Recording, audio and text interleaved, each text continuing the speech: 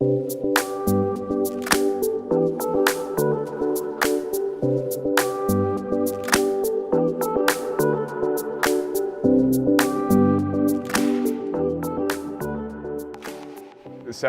I'm lucky enough to be chatting with you today, Habba, and you are a graduate from USC with a tourism degree. You graduated in 2010, if that's correct, yep.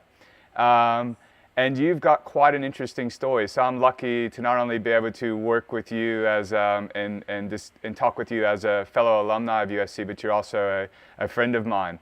And I think your story is one of the most interesting stories I've ever heard. So that's why I'm asking you to talk to us about it today and to take us through your professional journey and what you've learned along the way. And hopefully that can provide some advice and some inspiration to our students here at USC. So the first thing I want you to sort of discuss with me is why did you, what sort of drove you to come from Iceland to come to Australia and do a university degree? What was the thing in your life that made you decide to do that, or the things in your life? Or how did you end up here? Well, I lived in Denmark, and I moved to Denmark in '97 to get my cabinet making degree, if you can call it a degree. Yep. Well, I stayed there for about 10 years, and after working in the industry for a year and a half, I found out that it wasn't really what was making me tick. So I tried some different jobs and found out later that I wanted to make a big change in my life, and decided I wanted to study.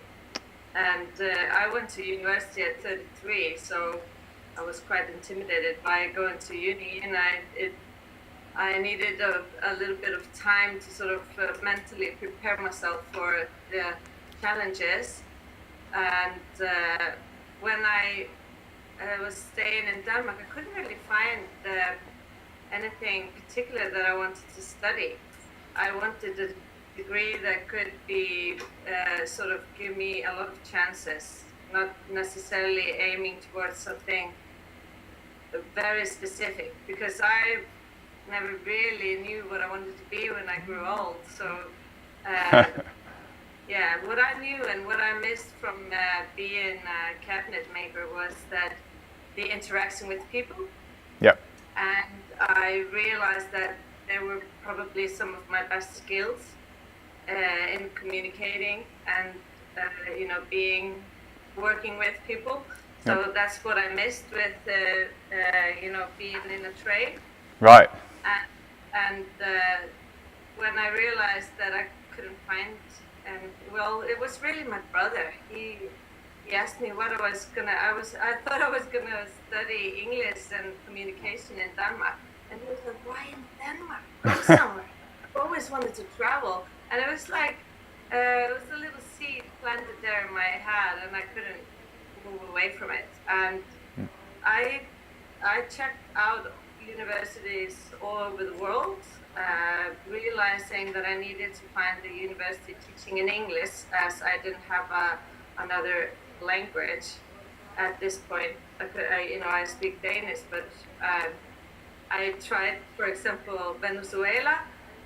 Far out. I could only do a master's degree in English. So as an undergrad, I needed to find an English-speaking country, and England was too close. America, I wasn't sure about where to go in America, so Australia was so as far away as I could go. And I applied for a few universities in both Australia and New Zealand, and I fell for the Sunshine Coast. I never regretted going there. You and many other people, I'm sure, me being one of them as well. So that's a pretty far out story. So you started off basically as a cabinet maker or joiner, as we call them, and with some carpentry skills. You did a full basically degree or program in that, and in that process of going through that, you kind of realized, you learned a little bit about yourself, that you know, some of the skill sets that you have, such as working with people, could be, you miss those and could maybe be better applied in other places. And it was kind of going through that process and working as a cabinet maker, kind of. Afraid of the office, I remember. I thought I would never be able to cut it out as an office job. So I was basically very closed off to a lot of things. I was very quick to in my head say, no, I couldn't do this. No, this is not a job for me, just because it involved an office. Yeah, why? So why? It purely because it just involved an office, and that was it.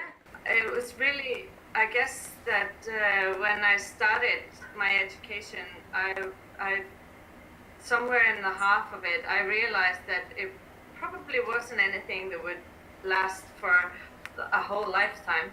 But it was very important to me to finish it off. I didn't want to quit anything in the middle of it. Yeah. I guess. And I have since then realized that maybe it wasn't necessarily the best decision I made, but I knew I could finish up an education. I knew I could sort of. It was. It taught you that you could. It taught you that you could complete something and finish it. Exactly. And it was rough on times, and it was difficult, and I did really well. So it also gave me confidence in that I could do well. So even. So even though it wasn't something that you ultimately wanted to pursue the rest of your life, you still learned a lot from it, basically. And yeah, of course, and sort of, I think it gives you the more, like, I understand trade in general quite a lot. I understand. I feel that I understand different job sets, what people are going through that have are some kind of, you know. That are different than what you do. General trades, yeah. Placements. I mean, I understand carpentry, of course, but I also would sort of know what plumber does. You know what I mean?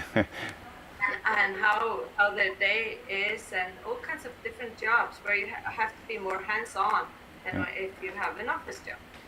No, and I think that's a pretty important set of skills to have from what you picked up there.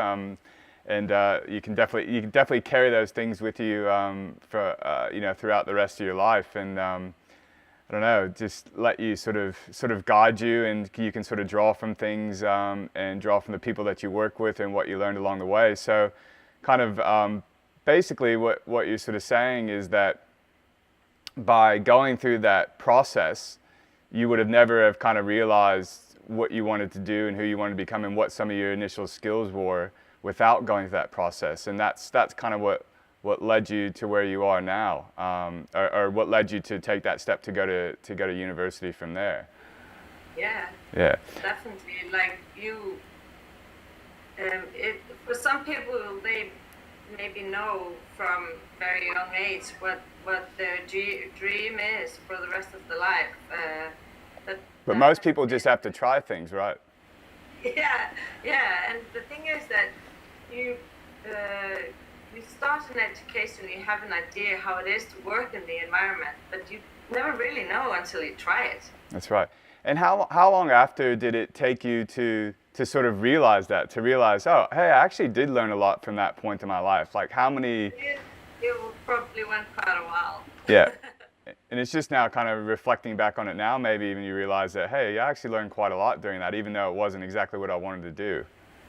Well, I think earlier on, but I realized that although I think sometimes you realize stuff without being able to put words on it. Yep. I heard this lady talk about resilience the other day, and I realized, oh, that's exactly what has happened to me, that with more experience in life, your circle of comfort, it expands. And that is exactly what has happened to me, because I've tried out different things. I've lived in different countries. I have moved around and changed jobs. So this is just adding to the experience. It's just building on your resilience.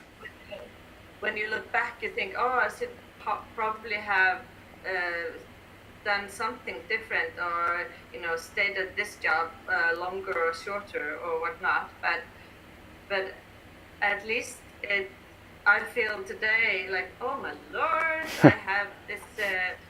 I have resilience. Yeah, you've built it. Yeah, and I think that's very key for students to understand.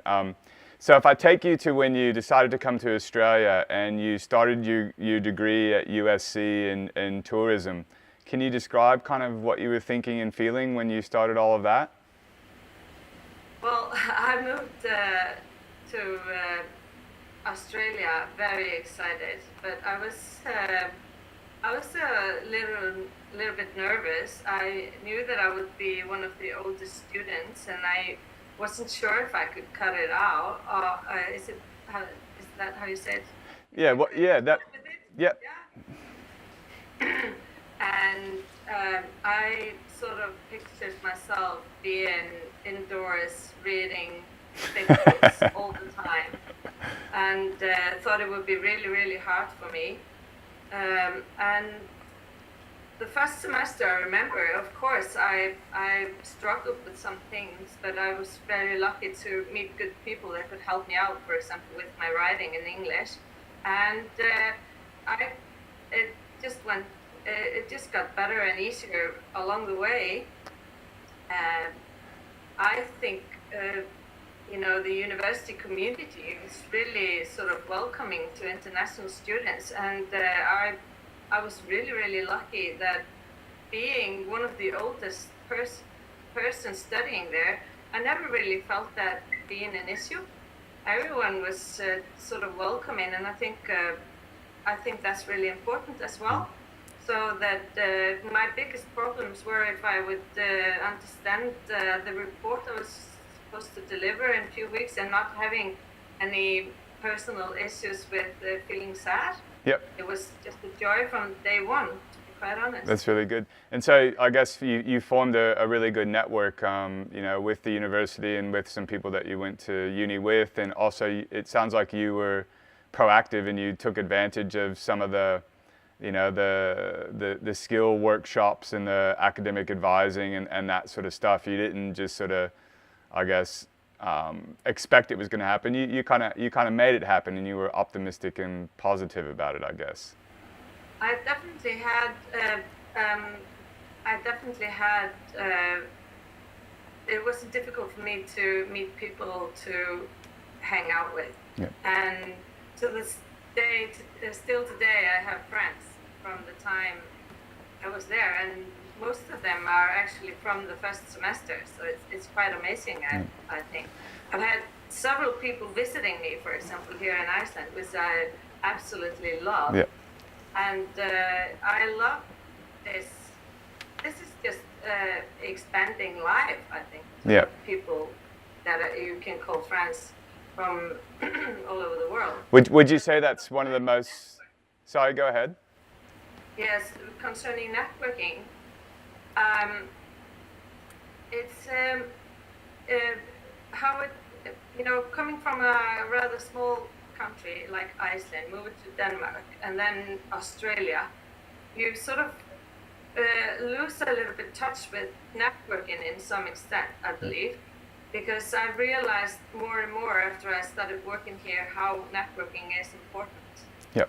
And keeping a good relationship with, with your, whomever you're dealing with, your client, your suppliers, or even within your company, your colleagues, is extremely important. Yeah. And I tried my best in Australia, but I guess it was a little bit difficult coming far away and not having anyone there that you sort of knew. I think I would do better today if I would come back. But I would yeah. really have people call. Well, hindsight is always 20/20, but it sounds like you did pretty well while you were here, and you developed a lot of networks at uni that sort of helped get you through. And when you were going through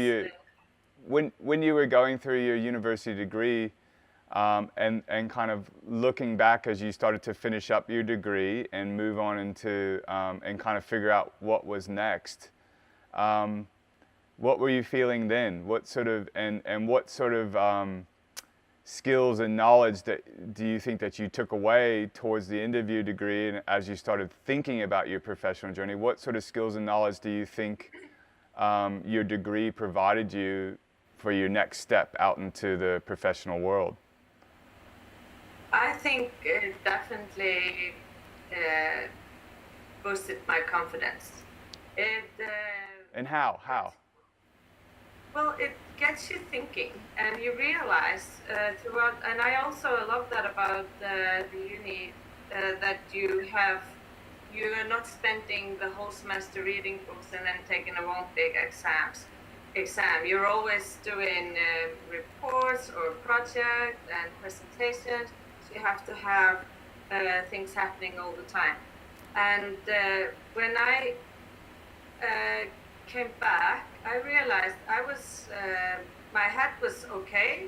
I could think, I could be clever. It boosted my confidence. I knew that if I didn't know something, I would know how to find out the information. That's a really good point. And yeah, so it gave me sort of a background to be able to step out of my comfort zone to try something new that I hadn't tried before. So some problem solving skills, some critical thinking type skills. Yeah. And I remember from my studies, like I realized before I started working in tourism that I needed to think about all stakeholders. I was very interested in sustainability, for example, and cultural differences. I mean, you're in Australia with people from all over the world. Like that's so accurate to what I am doing today. We are dealing with people all over the world, and you just approach people from Italy differently than people from Israel, for example, or wherever. You know, people have different ways of communicating, and this has definitely been something that I took from my studies. Yeah. Sure. That's really interesting to hear, and I'm sure, again, probably quite pleasing for a lot of students to be able to hear something like that, and that you actually, some of those skills you don't realize you're kind of developing along the way, and presenting in different ways, writing in different ways, working with different types of people, that all of these things are actually slowly accumulating, and you do use them as a foundation for what you do in the real world.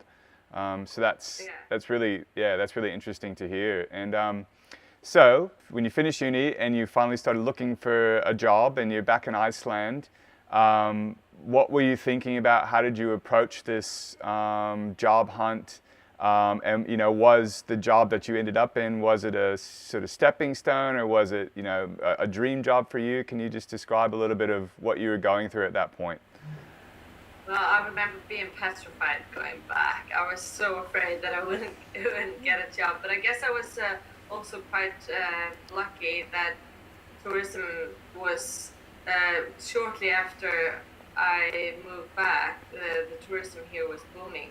But what I did was that I actually just prepared a fairly good CV, and I went from an office to an office. Did you go in person? And yes. Yeah. Wow. Good on you. And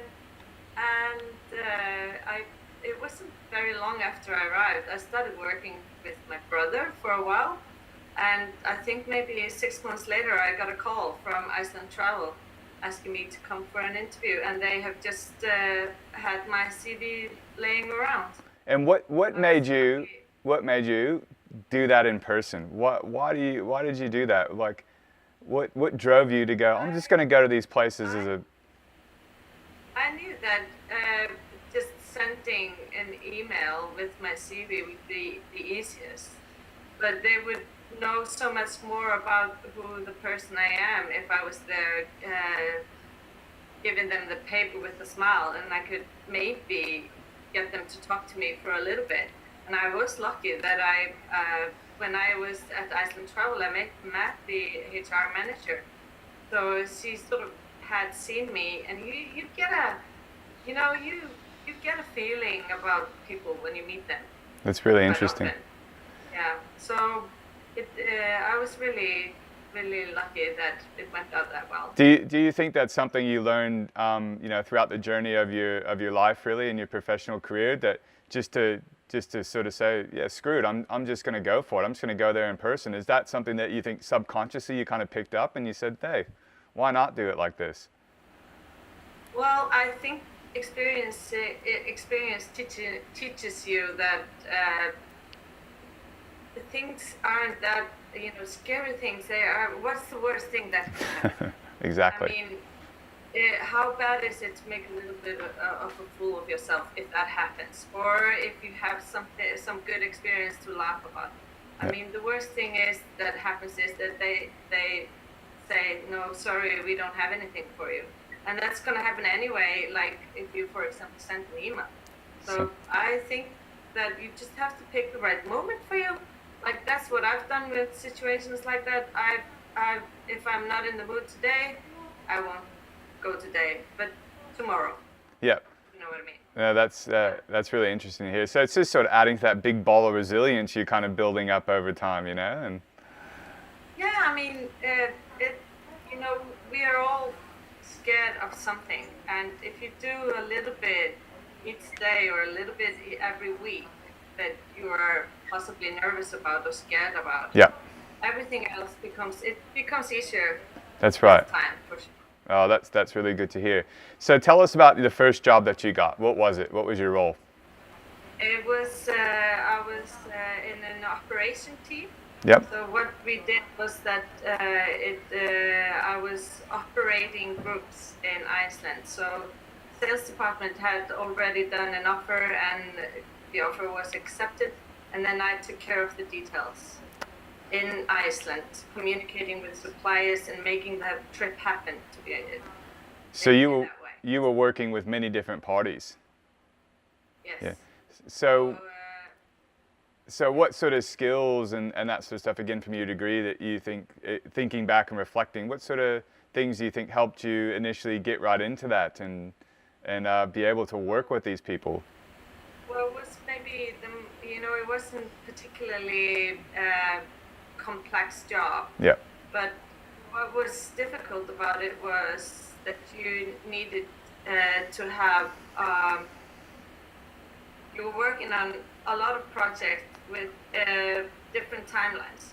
So I needed to be on it in different levels. Yeah. And when I sort of got into the job, I figured out that I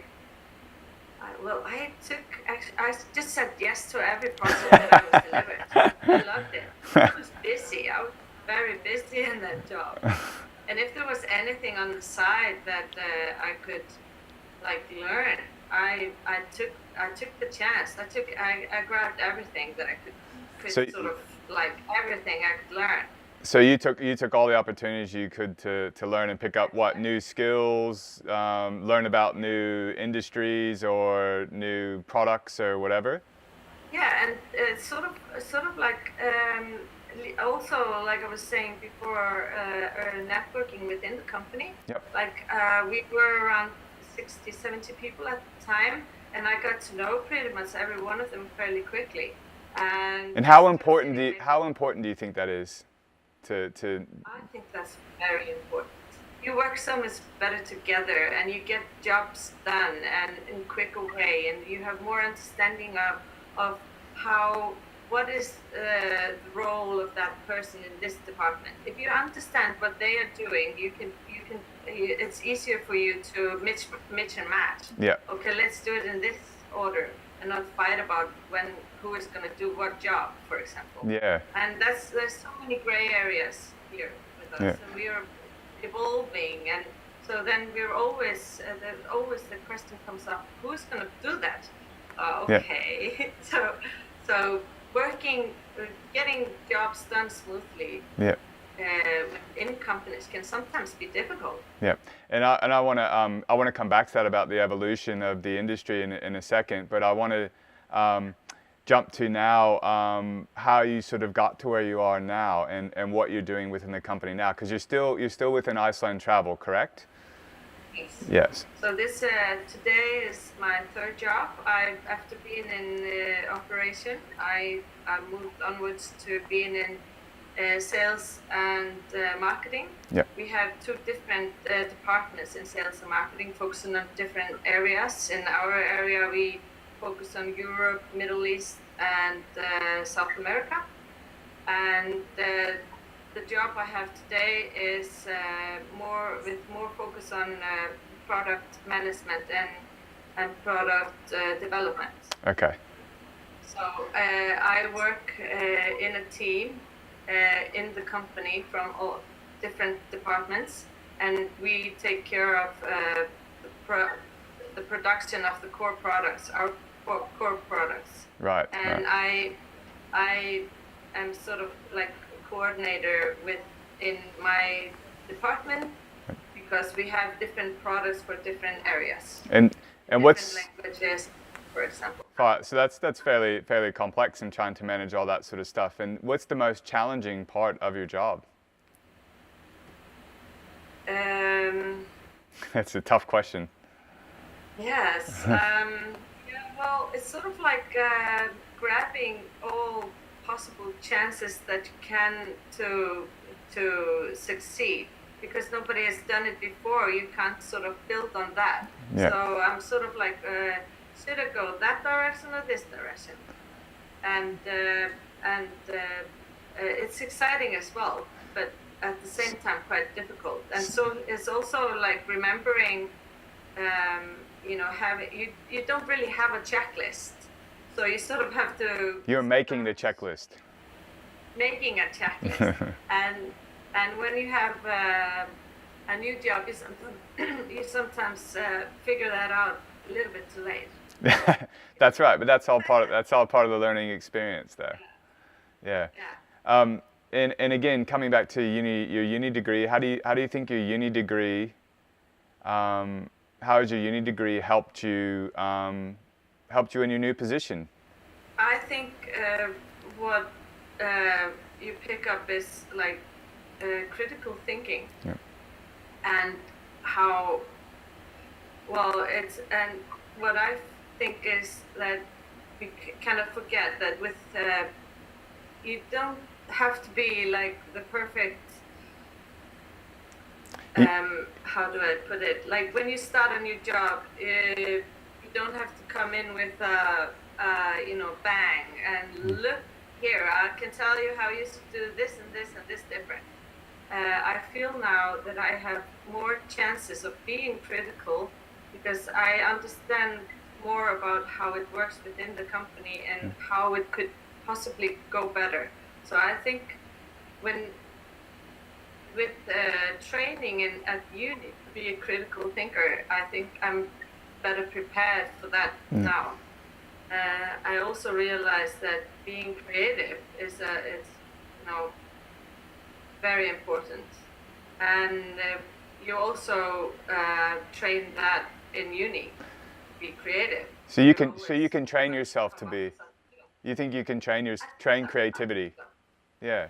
Yeah, I think that's what we're doing. We're doing that in uni. We're sort of like boosting our ego. We're finding out that we can do good stuff. We can be clever. I mean, it works. Maybe it doesn't work all the time, but that's the same thing in real life. Some things works and some don't. That's okay. I think that's a really good piece of advice to pass on to students, is that you don't have to know it all right off the bat. No, definitely not.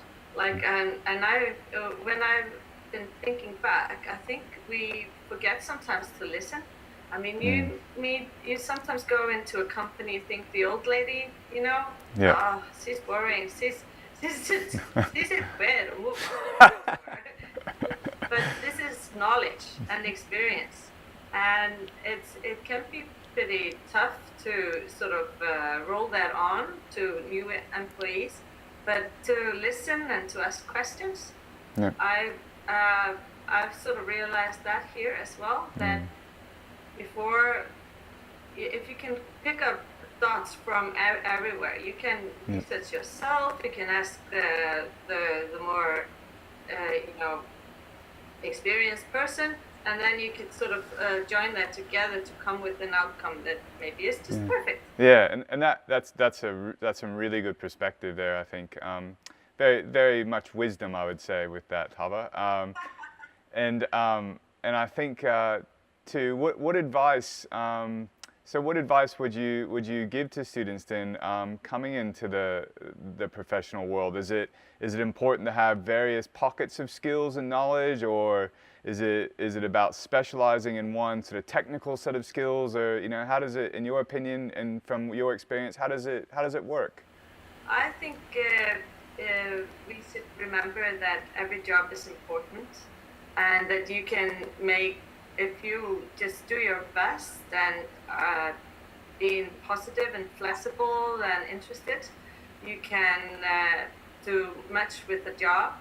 You are always noticed in a company fairly quickly. You can see what kind of type of person is there without exactly knowing how their work outcome is.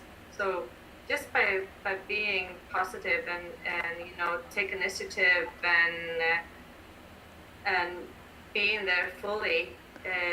So just being to go wherever you want to go in the end. So just again being engaged. You don't have to be an expert at everything, but just being engaged and willing to learn. Yeah, ask questions. No questions are stupid. Ask rather ask too many than too few. To be honest. Yeah, very. And don't be afraid to step out of the comfort zone. Yeah, that's another good point. Yeah.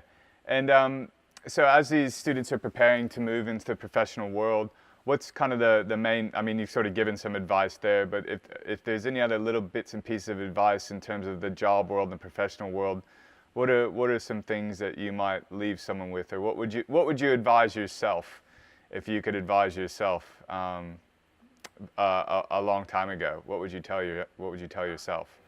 I probably would have just gone to uni a little bit earlier. But then you wouldn't be who you are. Probably not. I think we should just realize that although it sort of sounds like a cliche that we can do whatever we want to do, it is true. We don't all necessarily need to be CEOs or presidents or whatnot, but and I think it's okay if you start something in either a job or education that if you find out that's not really sort of your interest or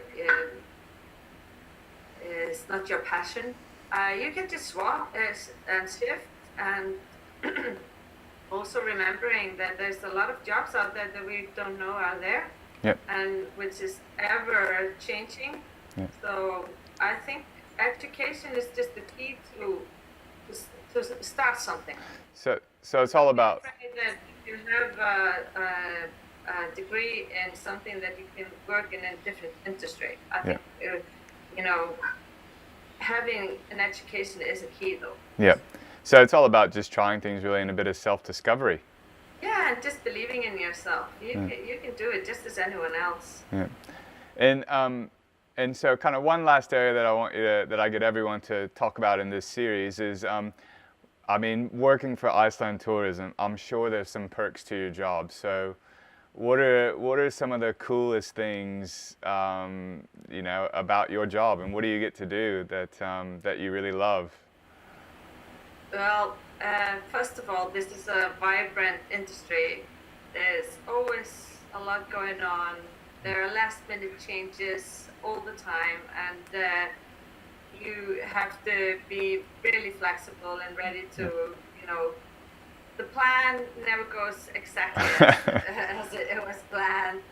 And but what I have enjoyed enormously is all the traveling that it involves.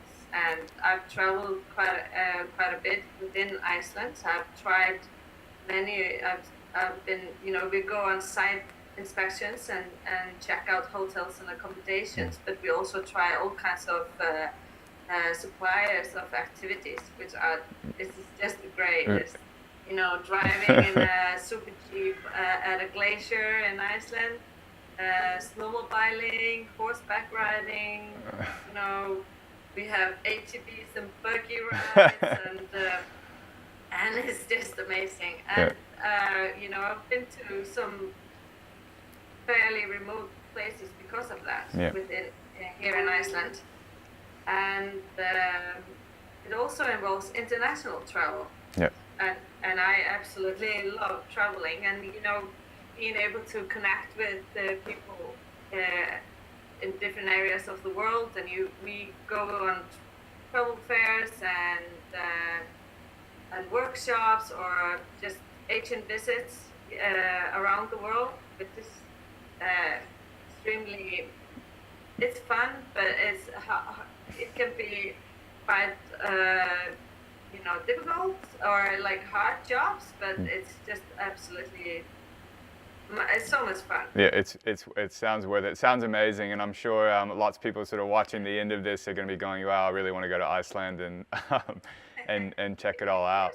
Yes, Yeah. I'd love to at some point. You know that. I'd just really like to thank you for being a part of this series and sharing your experiences, Habba, and I hope that students, whether they're tourism students or any students here at USC, sort of get an idea and some perspectives from your own professional journey. So thank you so much, and we really appreciate you making the time all the way from Iceland to talk to us. So thank you. Oh yeah. You're welcome, and thank you as well for remembering me. Yeah, of course. You've got a great story to tell, so thanks.